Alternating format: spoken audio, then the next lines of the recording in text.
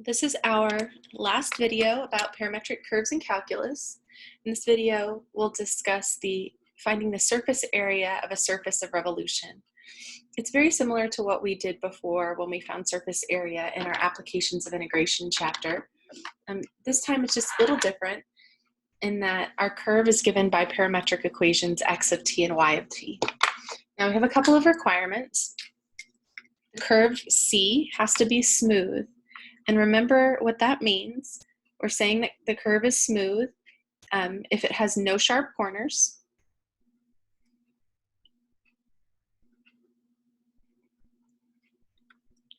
And we can verify that algebraically by showing that x prime and y prime are not simultaneously 0 on the interval of interest, which is going to be the interval from a to b.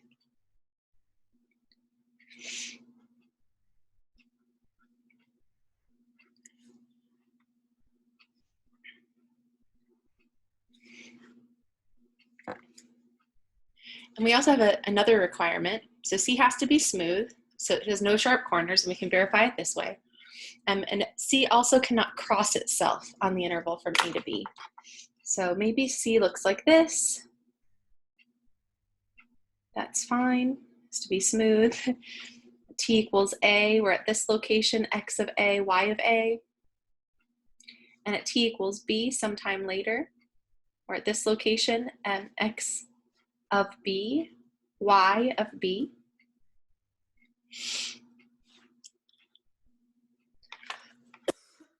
And that's somewhere in two-dimensional space in the xy plane.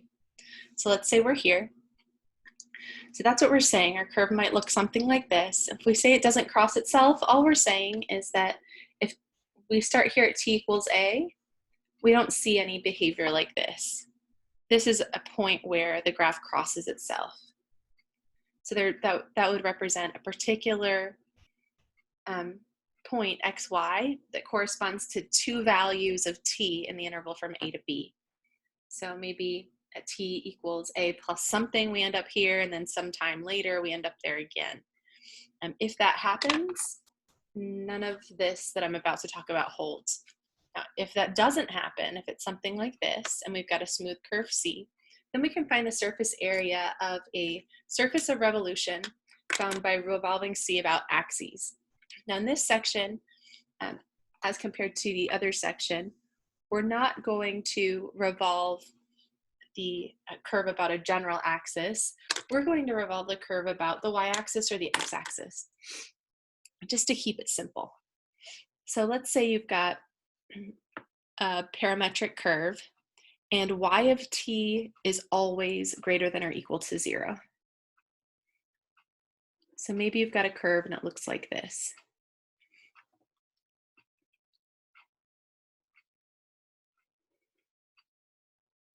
And at t equals a, we're here at this location, and at t equals b, we're at this location. As t increases, we go along this curve like this. Well, if I take this curve and I revolve it about the x-axis, we have these two requirements. Y of t is positive, so the y values on our curve are positive, and we're revolving about the x-axis.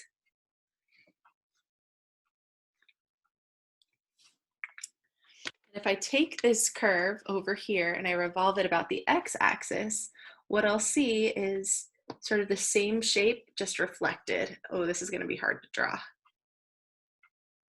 Try to do my best. It's not perfect, but I hope you get the idea. If I reflect this down here around the x-axis, or about the x-axis, I would see something like that.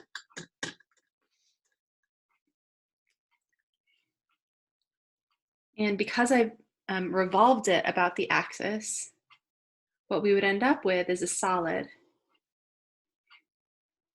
or not a solid, but a surface, because I'm just taking that curve. If I was taking this entire region and revolving about the x-axis, I would have a solid of revolution. But since I'm just taking a curve and revolving it about an axis, I have a surface. That's like the outside of a balloon, not the inside, if that makes sense. Now, if I want the surface area of this surface of revolution. I'm going to do the same thing that I did back when we talked about surface area in our applications of integration chapter. I'm going to wrap this with something that's like a piece of paper, like the heat protection sleeve on your Starbucks cup. Or if you don't go to Starbucks, you know, your fancy local coffee shop or whatever, pre-COVID-19, we all could go to coffee shops and do things like that. Now, if I take that little heat protection sleeve and I cut it down one side and then I unfold it, I get something that looks like this. That's going to be the area of one little piece. If I do this, if I have n little strips of paper that I'm wrapping around my surface of revolution, I can find the total surface area if I can find the surface area of one of these pieces. Well, the surface area of one of these pieces is given by the area of this rectangular strip. Well, this long dimension, the length, is equal to that dimension all the way around. Well, that's 2 pi times the radius of the strip. And then this dimension here, it looks like it might be delta x, but it's not quite delta x. It's a little bit more than delta x. It's that distance, and that's arc length.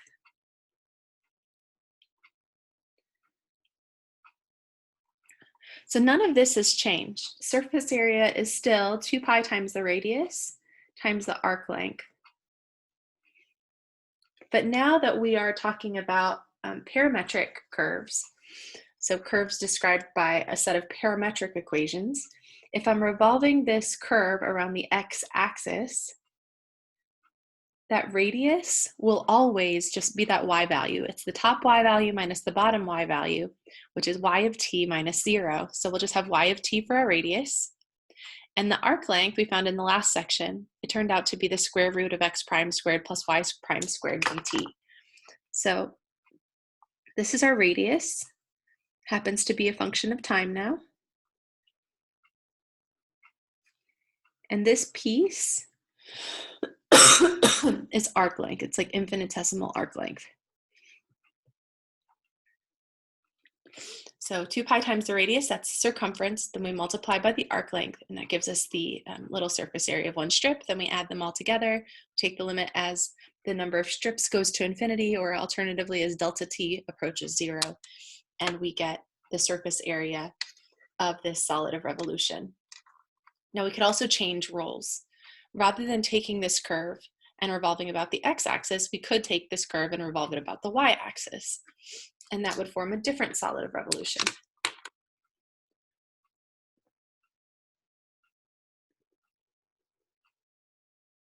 This time we would require x of t to be greater than 0. And we're just requiring that x of t and y of t be greater than 0 so that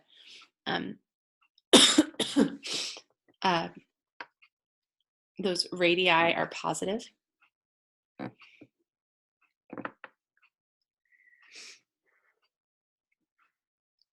So it means there is actually a radius for each of those disks. If it went the other way, I mean, we would still have a radius, but yeah, it would just get a little tricky. So we're going to simplify things by requiring x of t to be greater than 0. And this time we're revolving C not about the x-axis, but the y-axis. The principle is exactly the same. I've got a curve, maybe it looks like this. At t equals a, we're at this location. At t equals b, we're at this location. It's given by parametric equations x of t and y of t.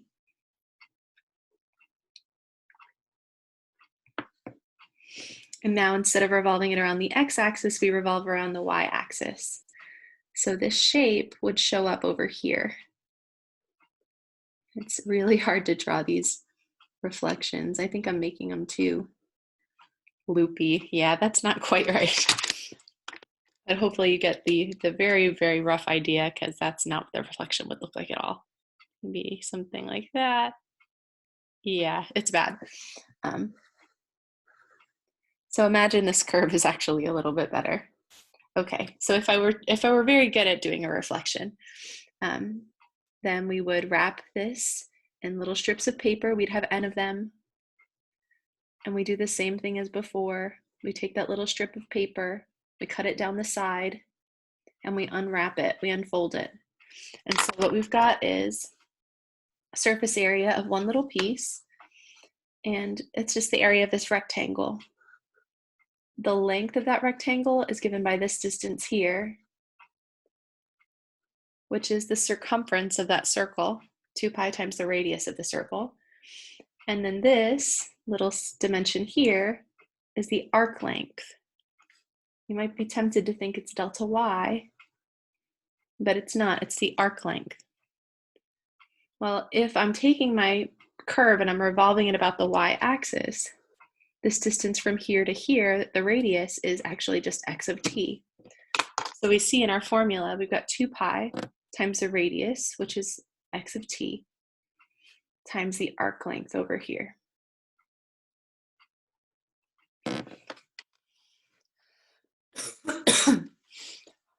So those are our two formulas for surface areas of solids of revolution. Now you have to be careful. This is a lot to keep track of. If I was trying to memorize this paragraph, I would have a really hard time. I actually don't have any of this memorized, but I do have this concept memorized. So if someone asks me to find the surface area of a solid of revolution formed by taking a curve and revolving it about an axis, the first thing I do is I sketch that curve, try to sketch the reflection of the curve about the axis, and then I draw that little representative strip of paper, and then I remember that I'm just trying to find the area of that strip of paper that I've wrapped around my surface of revolution. So I need 2 pi times the radius times the arc length. The arc length is going to be x prime squared plus y prime squared to the 1/2 times dt for both of these problems. But the radius is different. So I will look at my picture and I'll think about whether that radius is x of t or y of t. Remember, vertical distances are going to give you are going to be given by the top y value minus the bottom y value. Since we're revolving around the x-axis, the bottom y value is 0, so this is just y of t. Over here, whenever I see a horizontal distance, I always do x on the right minus x on the left. So that's just x minus 0 this time. So the pictures will actually guide me in choosing the correct equation. So let's find the surface area of a surface of revolution. And actually, let's use the same curve that we looked at in the last video, in the arc length video. In the arc length video, we had x equals 6t squared, y equals 2t cubed. We computed x prime. That was just, 12t. Y prime, that's the derivative of this, is 6t squared. Excuse me. And so now I've got x prime and y prime, and I can put those together to find the arc length, which I did in the other video. Now, we also took these equations and we came up with a rectangular equation. I'm not going to do that again, but if you want to see the derivation of the rectangular equation for this curve, please watch the video on arc length for parametric curves. In that video, we showed that on this set of parametric equations, it corresponds to this rectangular equation. It's square root of 6 over 18 times x to the 3/2. I wrote 3/5. I have no idea why. 3/2 power, and that is equal to y. And the graph of that, excuse me, the graph of that looks like this.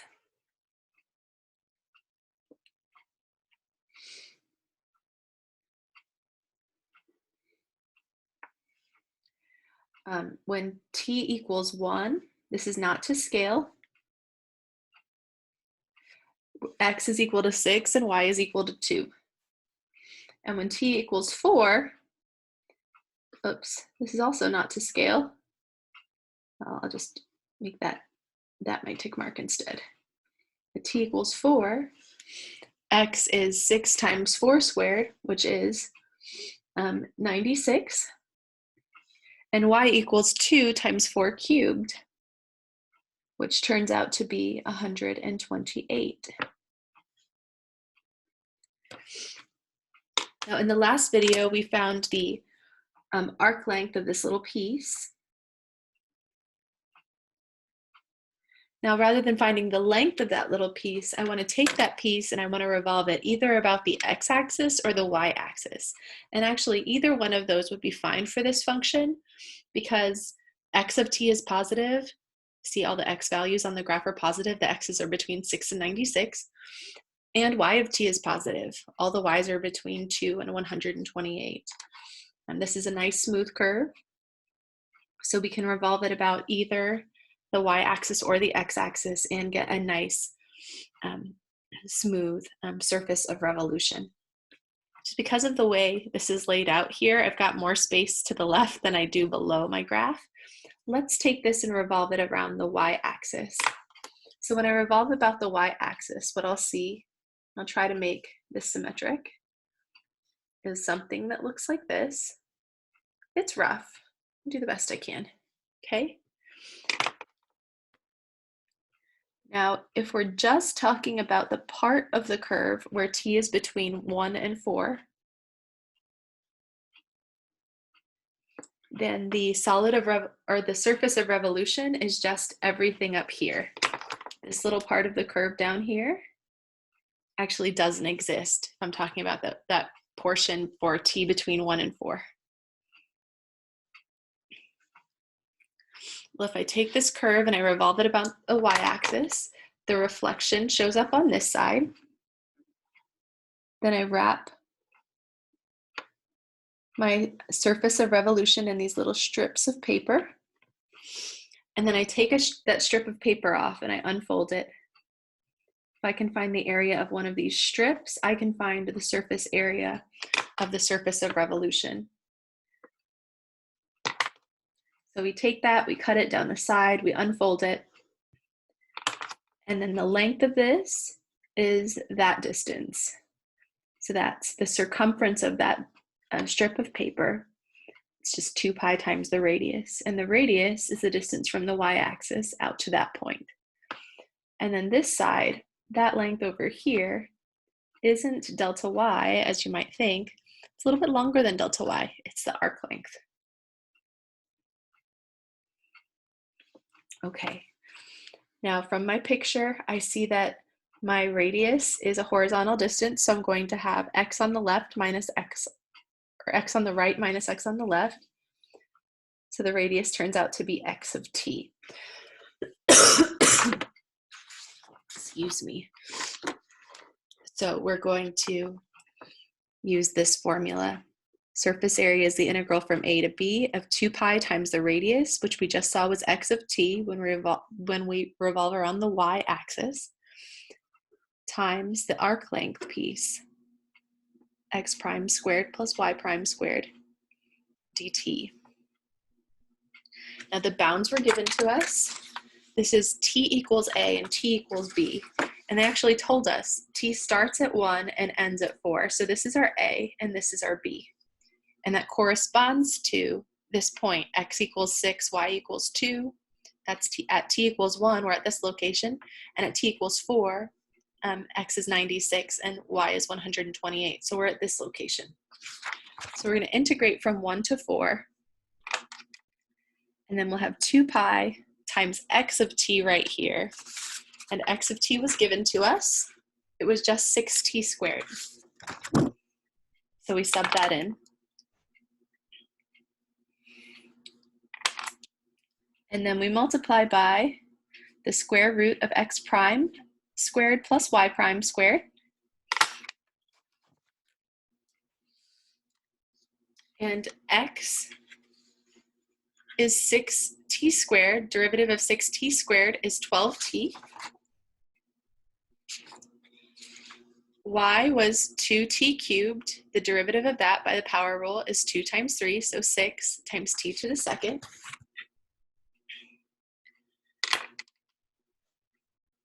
And we've got pretty much the same problem from before. Ooh, that's right, this was a u substitution problem. I'm not sure that we can evaluate this integral. I've got 2 times 6 is 12. So that's 12 pi times t squared. And then this simplifies to 144 t squared plus 36 t to the fourth.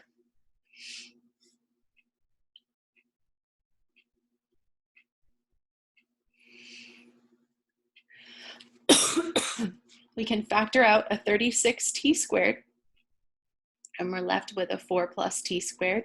I'm doing this a little faster than I did last time because we've done all this algebra. We did all this algebra in the last video. So if you want more details about the algebra, if you're not sure, watch the last video. That video might help you. Then we can take the square root of this piece and the square root of this piece separately. This piece simplifies. Square root of 36 is 6. Square root of t squared is the absolute value of t. If t is positive, it's just t, and t is positive. So we get t here times the square root of 4 plus t squared dt.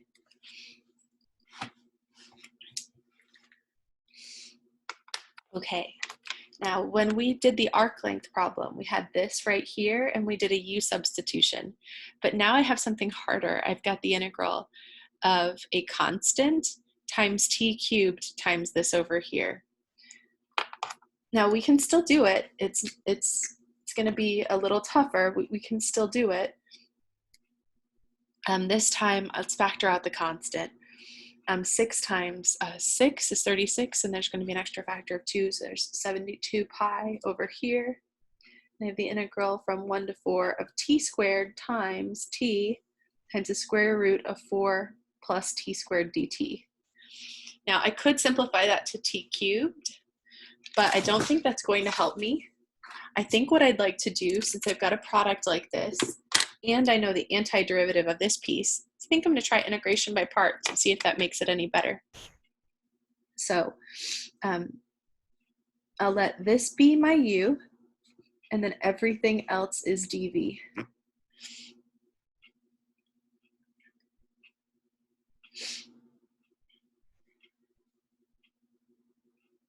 I'm not feeling so hot right now, but please don't worry about me. I'm probably fine. Okay. The derivative of t squared is 2t dt. So we differentiate to get here, and then we anti-differentiate to get up here.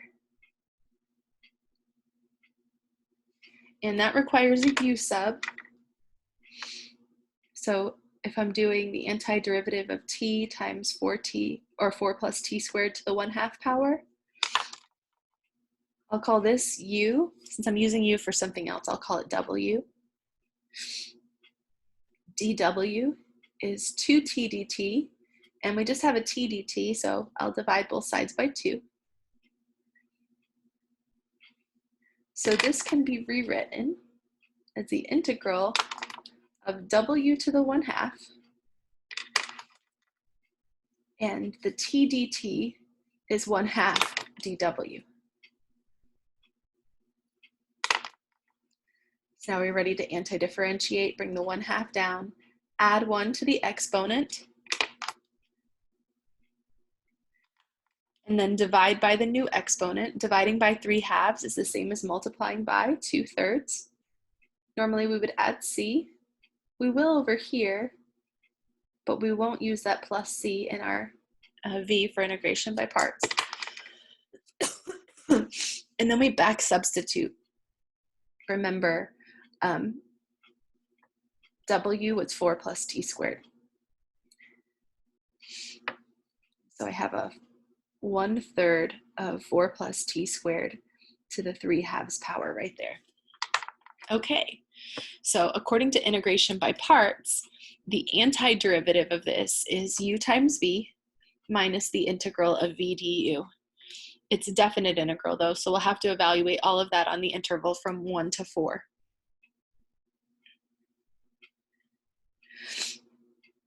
So I get u times v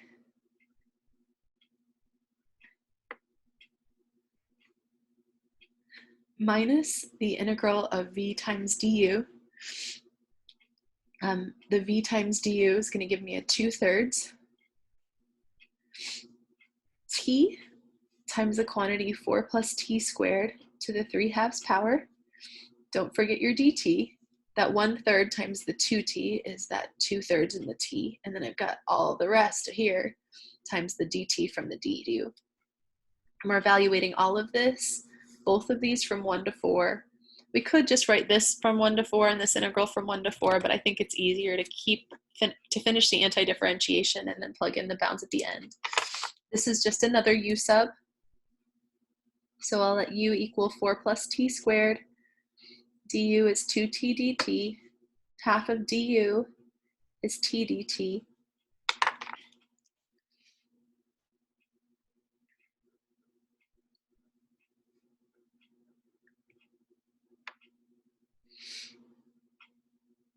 Okay, so t dt can be replaced by 1/2 and du. And then this is u raised to the 3/2.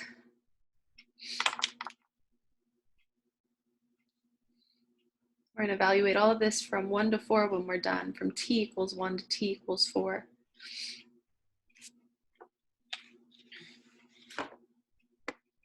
So I'm going to treat this like an indefinite integral, back substitute, and then we'll use the bounds for t.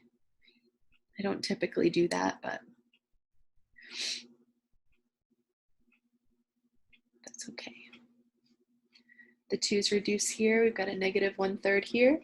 Now we want to add 1 to the exponent and divide by the new exponent. Dividing by 5/2 is the same as multiplying by 2/5. And then you want to substitute your u back in, and u was 4 plus t squared. And then normally we would say plus c, but we're going to evaluate this from 1 to 4 because it's a definite integral. So I guess we could take out 1/3 if we want to.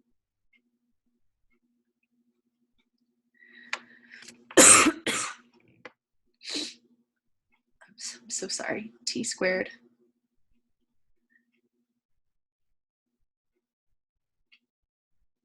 We took out the 1/3, so there's just that negative 2/5 left.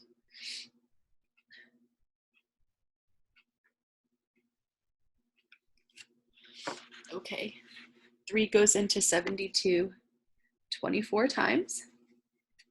And then if we evaluate this at t equals 4, this is what we get. So I'm going to evaluate at 4 and 1 and subtract, and then I'll multiply the whole thing by this 24 pi from out front. At t equals 4, we've got 4 squared, which is 16,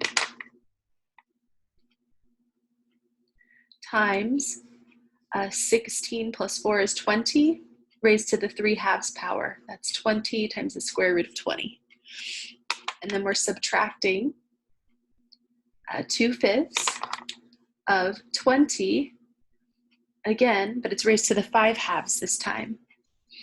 So that's 20 squared times the square root of 20. So 400 times the square root of 20. And at t equals 1, we get 1, and this is 5 to the 3/2. So that's 5 root 5. And over here, we're subtracting 2/5 of 5 times 5 times root 5, so 25 root 5.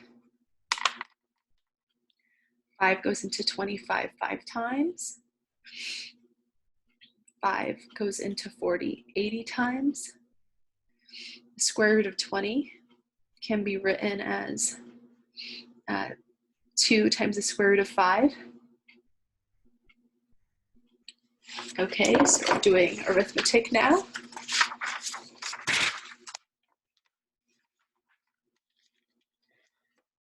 Don't want to waste too much of your time in calculus class doing arithmetic. So try to make this brief. So we've got 24 pi, and then we've got 20 times 2 is 40. 40 times 16 is 640. So that's 640 times the square root of 5 minus 160 times 2 is 320 times the square root of 5.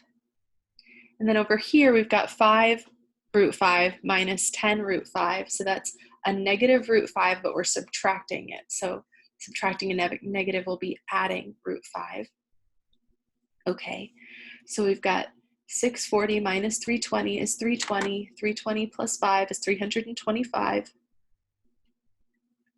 Oops. Okay, so that's my answer. So I end up with 7,800 times pi times the square root of 5. And let's get a decimal approximation.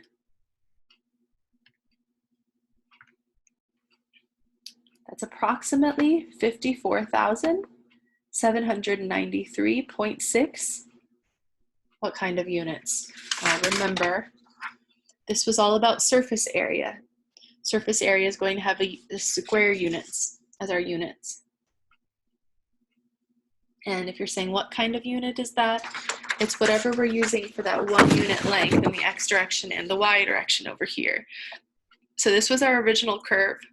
We took it and we revolved it around the y-axis. And we created this solid of revolution. Now in the last video, we found that the length of this curve was 70 times the square root of 5. Let me approximate that. So that's about 156.5 units of length. So it's like having a string that's 156.5 units long. Maybe that's inches, maybe that's feet, who knows? But it's 156.5 of those units, and it's the same, that unit length in the x direction and y direction. That's what we mean by 1 unit. We're taking that curve, we're revolving it around the y-axis, and that's creating this surface of revolution. And we did all of that work to say the surface area of that surface of revolution is this. Now remember, the best way to do this is to sketch the curve, sketch the reflection about the axis that they mention, and then remember that your surface area is 2 pi times the radius times the arc length. And the arc length is still the square root of x prime squared plus y prime squared times delta t. And the surface, or in this dimension, is always 2 pi times the radius. You just have to use your picture to identify the radius. Ask yourself, is it x of t or y of t? If you're revolving around the y-axis, it's x of t. If we were revolving around the x-axis, that radius would be y of t. But I highly recommend not memorizing this, but instead learning the concept and understanding how it works, and then using that to set up your integral every time. That's the surface area of a solid, or a surface of revolution, formed by rotating a curve about one of the coordinate axes.